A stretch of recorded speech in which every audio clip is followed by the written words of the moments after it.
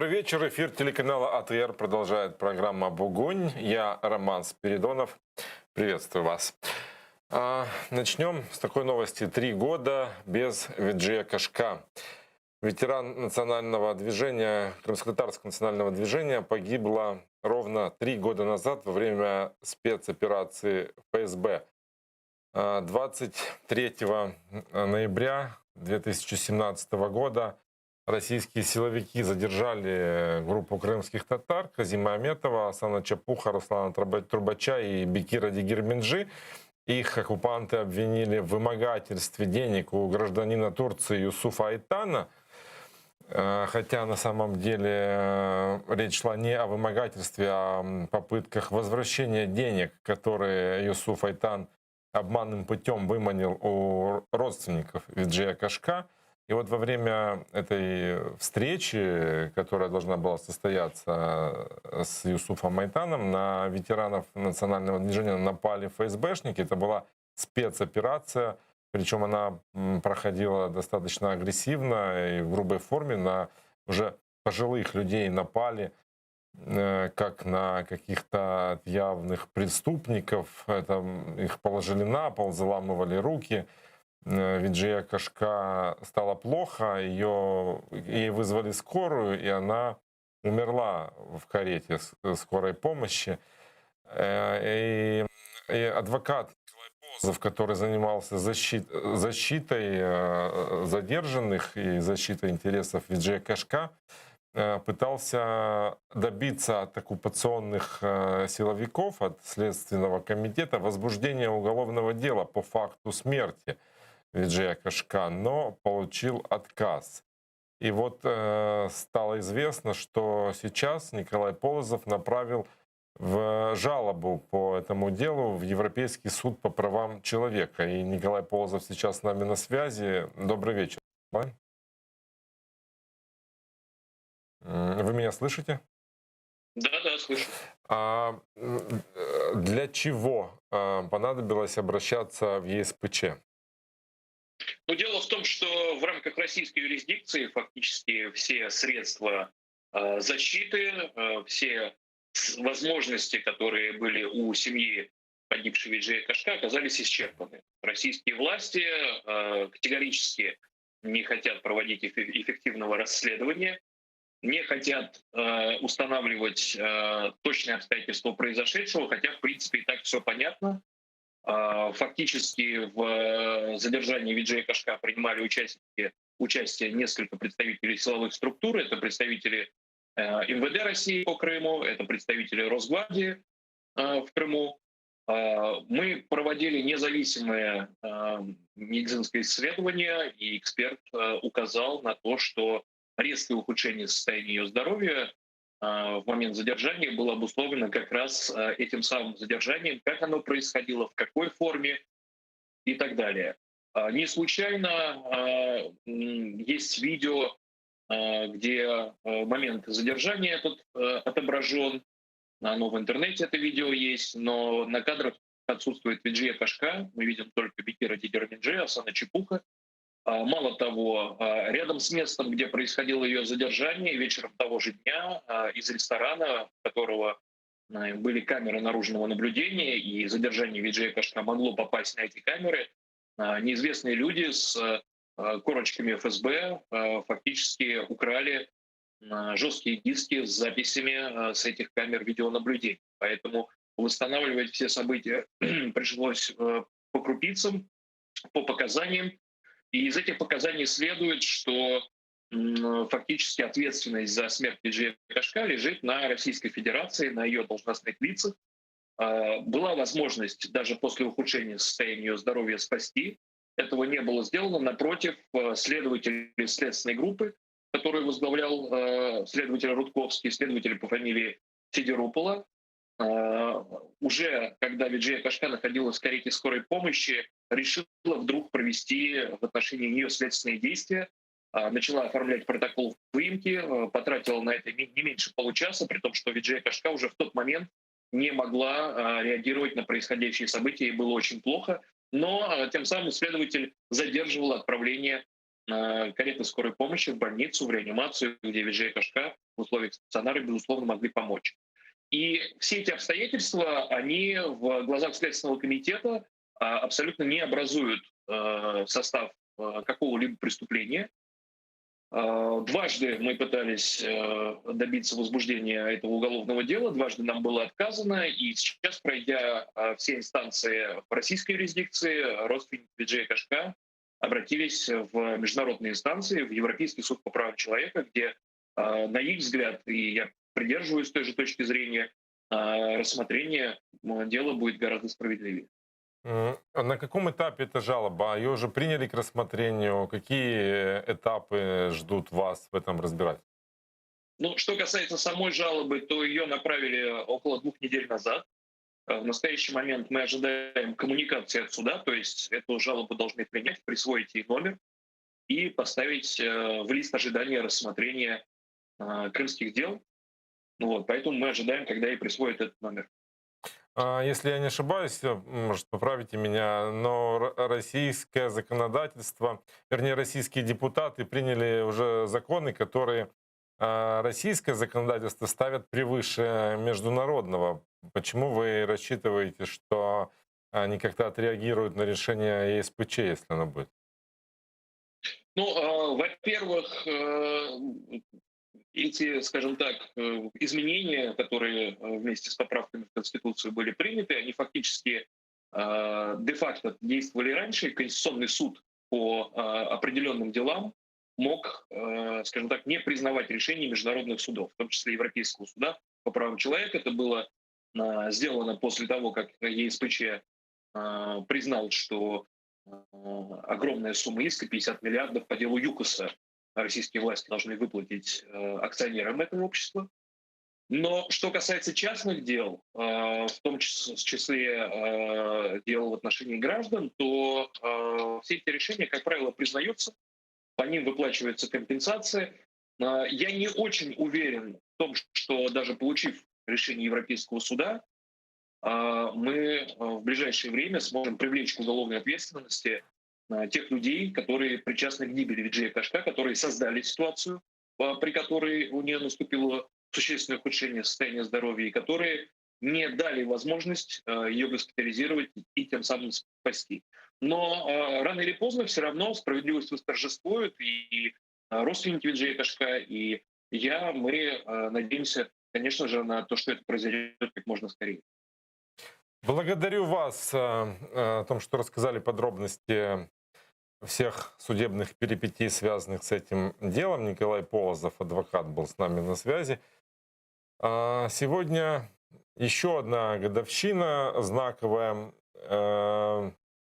5 лет энергоблокаде Крыма.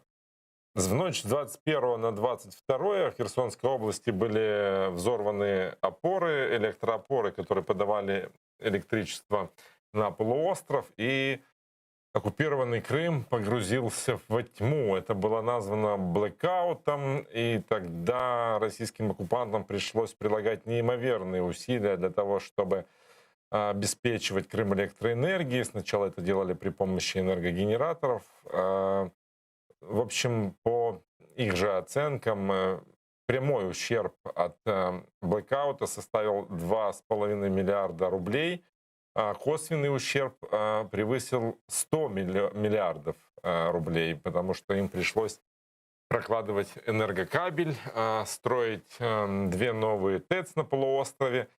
В общем, эта блокада нанесла огромный экономический ущерб оккупанту, но при этом в тот день, в тот год украинские власти пытались эту блокаду ликвидировать. И вот мы видели только что на кадрах, как милицейский батальон пытался помешать активистам, крымским татарам, которые, узнав, что взорванные опоры, выехали на место и не давали ремонтникам починить опоры, пытались вот разогнать активистов.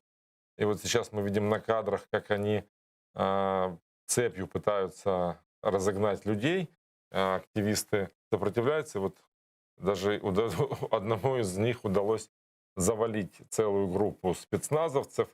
Руководил тогда этим милицейским отрядом Илья Кива, а ныне депутат из ОПЗЖ.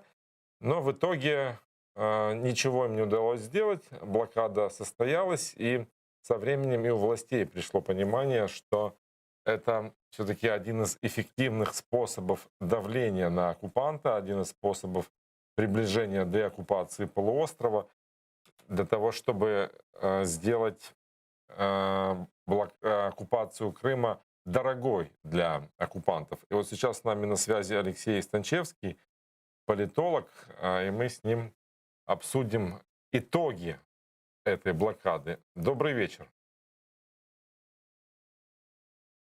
И мне подсказывают режиссеры, что сейчас с нами на связи еще и по телефону Борис Бабин, постоянный представитель президента в Автономной Республике Крым в 17-18 годах. Добрый вечер.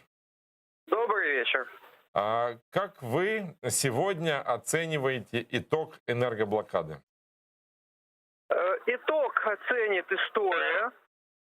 За последние годы мы видим, что те шаги, которые должна была сделать власть Украины касательно экономики полуострова, предприняты не были. То есть в данном случае закон о свободной экономической зоне Крым, так называемый, действует до сих пор. В этой ситуации мы понимаем, что интересы украинских бенефициаров отдельных, да, они превалируют над интересами патриотическими, интересами деоккупации. Мы понимаем, что сегодня, помимо общей ситуации с отсутствием товаропотока с оккупированным Крымом, одновременно есть большое желание создать там некие зоны, да, пункты для перевалки контрабанды. Оно существовало всегда. Сейчас мы видим законопроекты Верховной Рады о всяческих свободных экономических зонах. Мы видим, слышим рассказы о всевозможных проектах чего-то непонятного возле пунктов пропуска. Ну, ситуация на самом деле не сильно изменилась за эти 5 лет, к сожалению. Можно констатировать, что когда она изменится, когда подход к экономике полуострова, как к части экономики агрессора, будет более осознанным, да, более прагматичным и лишенным как лживых сентиментов, так и одновременно чисто личных коррупционных интересов, тогда начнется деоккупация. Экономика — основа всего, и можно очень долго рассказывать о патриотизме, о политзаключенных, о чем угодно, но пока мы экономически поддерживаем,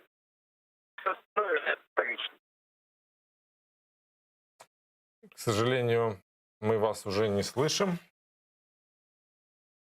Прервалась связь с Борисом Бабиным, и с нами на связи Алексей Станчевский. Добрый вечер. Здравствуйте. Ну вот только что, пока не отключился телефон у Бориса Бабина, он говорил, что Украина фактически не вынесла уроков и не сделала все возможное для того, чтобы усилить свои санкции, свое воздействие на оккупанта. Согласны вы с такой оценкой?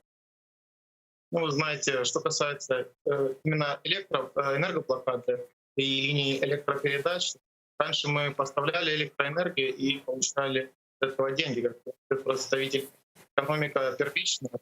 Да, инфраструктуру соответствующую построила Российская Федерация, и, соответственно, деньги тоже прошли туда. То есть они, конечно, потратили деньги инфраструктурно, но они обратно возвращают за счет платежей населения.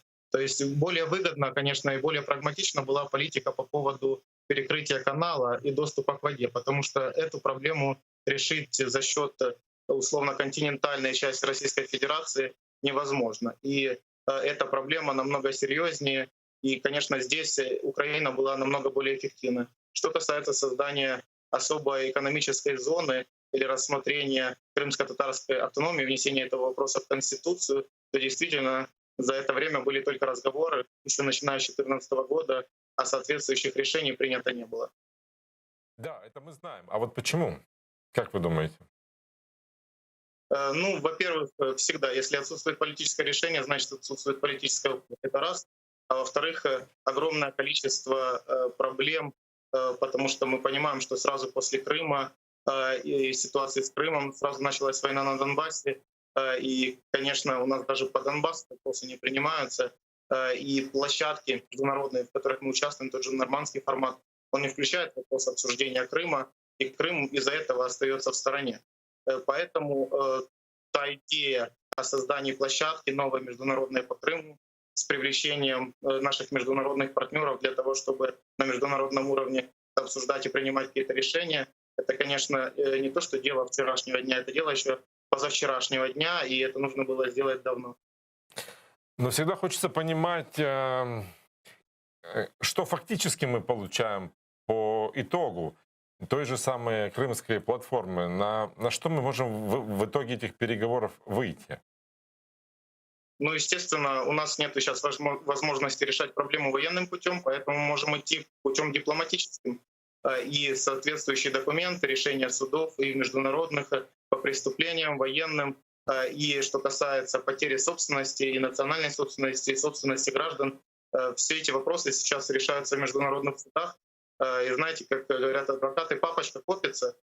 И понятное дело, что обычно люди скажут, что они не чувствуют те документы, которые есть, но именно из этого и состоит дипломатическая работа, наработка документальной базы для возможного пути решения. И, конечно, те инициативы, которые есть по Крыму, и что касается санкций, что касается изменений законодательства, имплементации форм автономии или экономической свободной зоны, намного проще будет решать на уровне одной площадки, когда собираются все лица заинтересованные в решении этой проблематики. Как вы думаете, стоит ли рассчитывать на активизацию, в том числе и вопросов по деоккупации Крыма в следующем году, учитывая в той ситуации, в которой сегодня оказались мы? Я имею в виду и конституционный кризис, и зарождение парламентского, и самое, наверное, главное, бюджетный кризис. 1 декабря уже должен быть принят новый бюджет, но вот вряд ли по разным оценкам, в том числе и членов бюджетного комитета, это может произойти, хотя вот как считают в «Слуге народа», бюджет таки будет принят к концу года. Ну вот как вы думаете, что будет происходить с нашим главным финансовым документом? Бюджет, естественно, будет принят. Я считаю, конечно, мы столкнулись вообще с общемировым кризисом. Это касается и общемировой экономической рецессии, это и проблема жизни и здоровья граждан. Но все-таки решение о создании площадки, оно будет найдено. И я думаю, что как минимум до конца этого года или в начале следующего нам представят участников этой площадки. Уже сейчас мы видим усиление роли официальной Анкары и представительства, в принципе, Республики Турция в регионе. Понятное дело, что она будет активно участвовать в этой площадке. Также это и договор, заключенный с Великобританией, между Великобританией и Украиной, поставки кораблей военно-морского флота. Я думаю, что тоже официальный Лондон будет участвовать в этом, и будет только идти активизация всех этих процессов в контексте и соблюдения прав граждан в Крыму, и возможной разработки, возможного плана реинтеграции АРК в состав Украины. Ну, как вы уже говорили про платформу, что это вопрос позавчерашнего дня, также и план реинтеграции. У нас до сих пор нет стратегии. Что мешает депутатам, экспертам ее разработать? На самом деле она уже разработана, и она лежит уже очень давно. Ее готовят только вот, когда будет презентация площадки, тогда и будет предоставлен этот план общественности. А вы знаете подробности, что в ней? Подробности, вот даже господин Резников сказал, что никаких подробностей посвящать не будем, пока не будет презентации. А значит ли это, что все-таки, несмотря на дефицит в бюджете, несмотря на политический кризис, тема деоккупации все-таки будет на первых местах в топе украинской политики? Ну, знаете, у нас каждый год проблема с принятием бюджета, но мы каждый год стоически это переносим и идем дальше заниматься следующими проблемами. И понятное дело, что огромное количество заболевших — это первоочередная проблема, но вопросы с Донбассом и с Автономной Республикой Крым, они абсолютно никуда не деваются. И точно так же идут переговоры в РОНИ, контактной группе в Минске. Опять же, мы увидим площадку по Крыму, возможно, какой-то новый формат по Донбассу. Как раз удобно, когда нет большого количества массовых общественных мероприятий, и президент, другие официальные лица не должны заниматься церемониальными функциями, там, встречи с иностранными лидерами или там, просто посещение всяких мероприятий. Это как раз идеальное время для того, чтобы заниматься работой дипломатической на международном уровне. Именно это нам пока и остается. Благодарю вас за то, что подключились к нашему разговору. Алексей Станчевский, политолог, с которым мы говорили о перспективах активизации политических процессов, связанных с деоккупацией Крыма. А сейчас с нами на связи Павел Кухта, исполняющий обязанности министра экономики Украины в 2020 году. Добрый вечер, Павел. Добрый вечер. Мы уже затронули в разговоре тему бюджета. И то, что нам сегодня известно, о том, что этот бюджет мы заканчиваем с дефицитом почти в 300 миллионов гривен, и никак не можем приступить к принятию, вернее, приступили, но никак не можем завершить к принятию бюджета на следующий год. Вот это впервые за, если я не ошибаюсь, 2 года мы в такой ситуации оказываемся. Насколько это опасная ситуация? Ну, смотрите, принятие бюджета, там, сорванные сроки, это неприятно, но не смертельно. Проблема в другом, что бюджет, в общем-то, нужно сдуть, скажем так, уменьшить, сократить. Он не отвечает ни там с точки зрения прогноза, на котором базируется, что у нас сейчас есть, ни реально, что нужно стране, а это нужна так называемое снижение уровня государственного долга, да, и, соответственно, он, скорее всего, неприемлем в нынешнем виде для МВФ. То есть его нужно сократить. Сокращать бюджет, конечно же, тяжело, после того, как все уже его, наоборот, надули своими пожеланиями, хотелками и так далее. В этом проблема. Но на самом деле эта проблема сейчас меркнет по сравнению с проблемой бюджета этого года, который уже критически не выполняет. Вот свежая информация от людей, которые работают внутри системы, что казначейство так уже часть платежек проводит, часть не проводит. Часть платежей идет, часть не идет. То есть уже начинается, это называется режим картотеки в профессиональной среде, когда уже проводить, смотреть, какие уже провести, не провести. К чему это может привести и как из этой ситуации выйти? Ведь я так понимаю, что многие рассчитывают, вернее, уповают, не знаю, надежды возлагают на МВФ. Удастся ли договориться об очередном транше? Ну, смотри, чтобы договориться с МВФ, нужно принять адекватный бюджет на следующий год, нужно запустить судебную реформу, принять закон о перезагрузке высших судебных органов через там, комиссию с авторитетными международными экспертами и возобновить работу антикоррупционной инфраструктуры. То есть этого достаточно, это достаточно сложная работа, но, скажем так, это не что-то политически болезненное, потому что уже не цепляет интереса, например, широких слоев населения, как раньше, когда тарифы приходилось, например. То есть, в принципе, это можно сделать, но, конечно, требуется сосредоточенная, качественная, эффективная работа со стороны всех органов власти. И главное, скоординировать. Ну, чего, в общем-то, особо не наблюдается. Где, очевидно, проблемы идут. МВФ нужен не столько для МВФ как такового, сколько для того, чтобы мы имели доступ к финансированию, чтобы инвесторы банально нам доверяли, мы могли выйти на мировые рынки и взять там денег. И за счет этого, во-первых, облегчить финансирование бюджета этого года, то есть будет больше денег на его финансирование. А во-вторых, например, будут деньги на программу поддержки бизнеса во время локдауна, которых сейчас просто нет. А вы когда говорите, что нужно сдуть бюджет, какие статьи могут в первую очередь пострадать? Понятия не имею, это вопрос правительства, что они готовы приоритизировать и чем готовы пожертвовать. Любой бюджет — это так или иначе распределение ограниченного финансового ресурса, соответственно, нужно выбирать. Вот здесь деньги увеличиваем, а здесь уменьшаем, а здесь не увеличиваем. Это работа правительства — делать такой выбор, обсуждать его с депутатами и в конечном итоге голосовать. Ваш прогноз интересен. Договорятся ли с МВФ? Если договорятся, то когда? И не приведет ли такая ситуация к тому, что будет запущен печатный станок?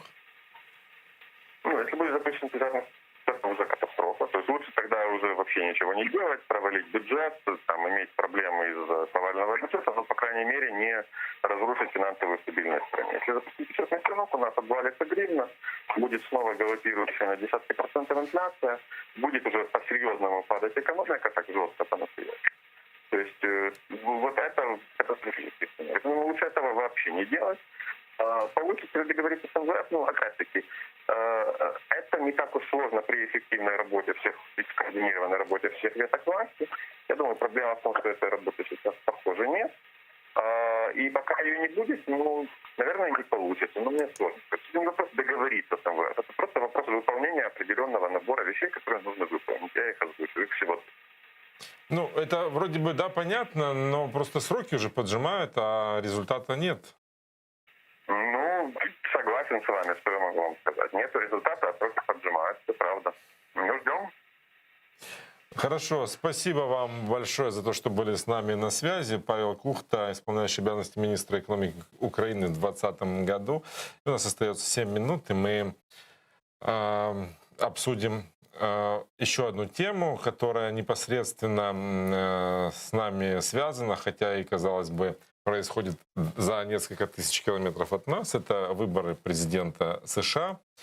И вот одни из последних новостей о том, что очередные штаты, в которых Дональд Трамп, действующий президент Соединенных Штатов Америки, проводил пересчеты голосов, добился проведения пересчета голосов, подтверждают победу Джо Байдена. Вот это и Мичиган, и Джорджия, эти штаты, где были попытки оспорить результаты прошедших президентских выборов, для Дональда Трампа не увенчались успехом, и Джо Байден с еще большей вероятностью станет президентом. И вот с нами сейчас на связи Валерий Кравченко, директор Центра международной безопасности, с нами на связи. Добрый вечер, Валерий. Добрый вечер. Добрый вечер. Добрый вечер. Когда мы изо дня в день обсуждаем эту тему, мы говорим, что на Джо Байдена можно возлагать больше надежды, чем на Дональда Трампа в вопросе сотрудничества с Украиной, с вопросами активизации санкционной политики против России. Вот эти все надежды, которые звучат постоянно, во что могут вылиться на самом деле? Ну, мы видим по фамилиям тех, кого готовы назначать на самые высокие посты. Ну, в частности, сейчас речь идет, допустим, о позиции госсекретаря и тот факт, что уже озвучена фамилия Антони Блинкена или того же самого Джейка Салливана на должность помощника по вопросам национальной безопасности. То есть эти фамилии означают в принципе возвращение США к определенной роли, которую она играла до периода Трампа. То есть Трамп вел всю дипломатию американскую и политику внешнюю в какой-то определенный, скажем, ступор определенный. То есть это такой даже феномен, как трампизм во внешней политике появился. Что это значит? Это его слоган «Америка, сделаем Америку великой снова». Но вот она через внешнюю политику, через изоляционизм проходила этот слоган. То есть отказ от альянсов традиционных, в том числе от активного сотрудничества с НАТО, конфронтация с ВОЗ, мы помним ситуацию с Всемирной организацией здравоохранения, вопрос климата, Парижское климатическое соглашение, Иранское ядерное соглашение. То есть все эти определенные позиции, то есть они были конфронтационными. Сейчас можно говорить о том, что политика США будет построена на том, чтобы вернуть себе назад лидерство в либеральном западном мире, в том числе через дипломатию, в том числе через союзы, через альянс, через НАТО, через новый сильный НАТО. И это, думаю, один из больших приоритетов будет. И в этом всем, конечно, Байден очень хорошо, неплохо разбирается. Он был вице-президентом при Обаме, и профайл международной политики для него является основным. И он прекрасно понимает, что такое Украина, ее состояние, как внешнее, так и внутреннее, со всеми ее проблемами. И отводит Украине и Байден, и его дипломаты, несмотря на все наши проблемы, основную позицию с точки зрения сдерживания ревизионизма, реваншизма России. Ну вот Трамп заявлял, что Украина — это страна с огромной коррупцией, с которой лучше не связываться. Но ведь у Джо Байдена тоже наверняка остался осадочек такой после скандала, связанного с Бурисмой, где работал его сын. Как вот через этот инцидент может повлиять на наши взаимоотношения? Я вам скажу больше, что тот кандидат, про которого я озвучил, Энтони Блинкен, который, скорее всего, станет следующим госсекретарем, он даже был на допросах по этому профайлу, по Хантеру Байдену. То есть, в принципе, конечно, Байден не имеет иллюзий относительно Украины, относительно тех процессов, которые здесь происходят, и понимает, что вот определенная наследственность будет сохраняться и от политики в отношении Украины предыдущих госсекретарей. В частности, то, что реформы в стране и движение ее на Запад не будут невозможны без преодоления определенных вызовов, ну и основным вызовом для Украины является коррупция. И, конечно же, то есть и военная помощь, конечно, в какой-то степени она будет связана, предоставление военной помощи, прямой военной помощи для сдерживания России, также будет, возможно, связана с продвижением Украины по пути реформ. Однако не стоит нам понимать, вот, как бы, и злоупотреблять вот этим определенным новшеством. Давайте просто говорить, что для Байдена Украина все равно будет токсична. То есть, несмотря на все определенные моменты, связанные вот с тем, что это будет новая политика, да, и вот мы говорим, что он будет усиливать альянсы и сдерживать Россию, за ним будут республиканцы следить очень пристально. Каждый шаг в отношении Украины будет рассматриваться, а не из-за того, что там Хантер Байден когда-то был, имел дела с Украиной. Такие шаги принимает эта администрация. То есть здесь нужно быть максимально конструктивным, и вот Украине надо выстраивать модель, связанная с национальной безопасностью Украины, поддержанием национальной безопасности через экономику. В общем-то, Джейк Салливан, тот, который молодой человек, ну, относительно молодой, 43, это год, это самый молодой со времен Эйзенхауэра, советник по вопросам национальной безопасности, как раз и специалист по связи экономики и национальной безопасности. То есть тут от Украины нужен максимальный конструктив и понимание, как мы можем сейчас правильно презентовать себя и презентовать вот этот регион, в котором Россия выступает агрессором, и презентовать именно с точки зрения того, чтобы усилить определенные возможности, в том числе для США и для НАТО. А есть понимание, как себя презентовать? Ну, я хотел бы верить, что есть. И я думаю, что для Украины сейчас вопрос ценности отношений с ближайшими союзниками по восточному флангу Альянса, Польша, Румыния, страны Бухарест-9, так называемой инициативы. Мы говорим также о Люблинском треугольнике, тот формат, который был придуман бывшим польским министром иностранных дел Чапутовичем. Вот эти все субрегиональные форматы — это наша связь, это наш мост с США, с новым США, который возвращается в Альянс. Возвращается, конечно, в кавычках, потому что никто не выходил из Альянса. Но, однако, политика Трампа была конфронтационна, как я уже сказал.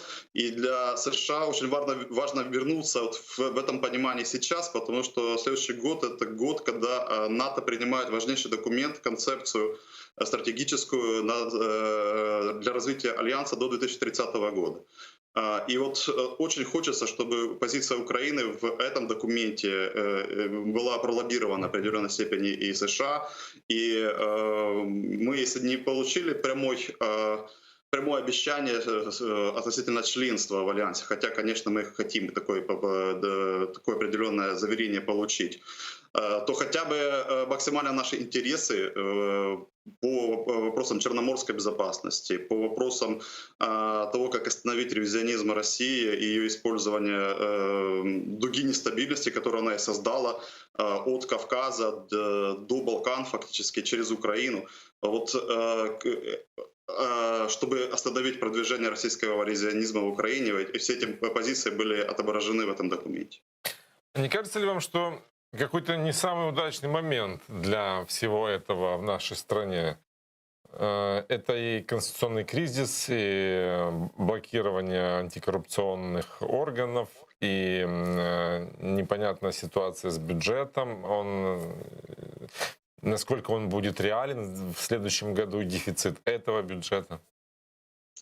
Ну, давайте скажем, что сейчас неудачное время для всего мира. У нас ковид и рецессия бюджетов — это не то, что вызов, который есть только перед Украиной. Это вызов перед всем миром.